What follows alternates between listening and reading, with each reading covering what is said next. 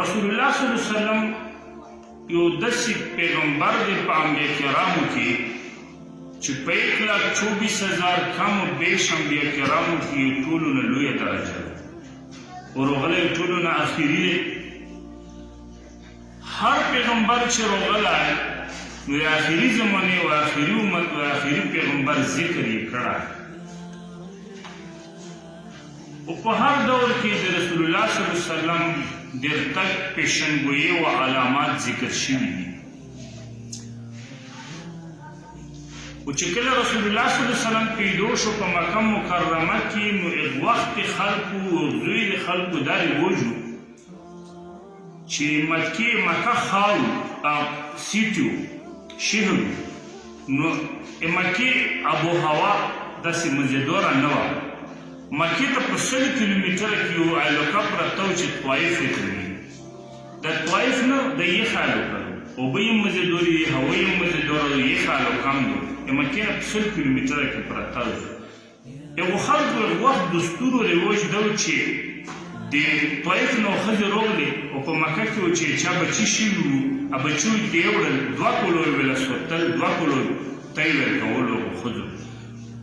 و مکې خلکو نو مزدوري اخیسته.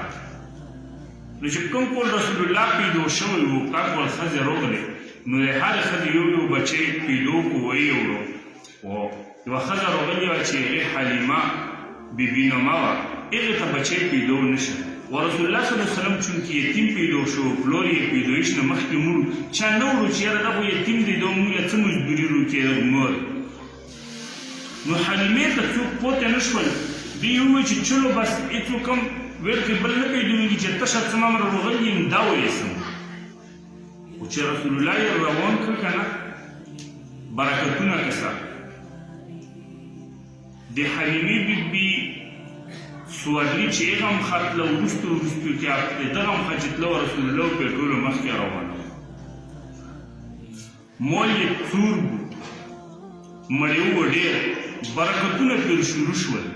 پته ورته ولګېده چې هغه ډېر بختور دی. مور یې هم داسې وي چې په خېټه مې شو نو داسې علامات وو چې مور چې دا خو بختور ویل کړی. چې پیدا شو علامې یې څرګندېدې، مور ته یې هم څرګندې وي، نیکه ته یې هم څرګندې وي. یو یهودي راغی، یهودیان خو د علم والا خلکو په وخت کې عالم وو یا نجومي وو یا کاهن وو، پات یې ځان پوه کړی وو په علاماتو. چې رسول الله پیدا شو نو پوښتنه یې وکړه چې هلته څوک پیدا دی که نه؟ نو ورته وویل چې پیدا دی. څنګه ویل کې پیدا دی؟ پلار خو نومه خو یې محمد نه یا احمد. نو ورته ویل چې دوی په تورات کې نومه راغلې الله فرمایي چې اسمه احمد، نومه یې احمد وي آخري پیغمبر چې راشي. نو یهودي پوښتنه وکړه چې نومه خو یې احمد نه، ورته وویل چې نومه یې احمد ده. ښه د پلار نومه خو یې عبدالله نه ده، دوی پلار خو یې مړ نه مړ دی. د مور نومه خو یې امینه نه دوی دی.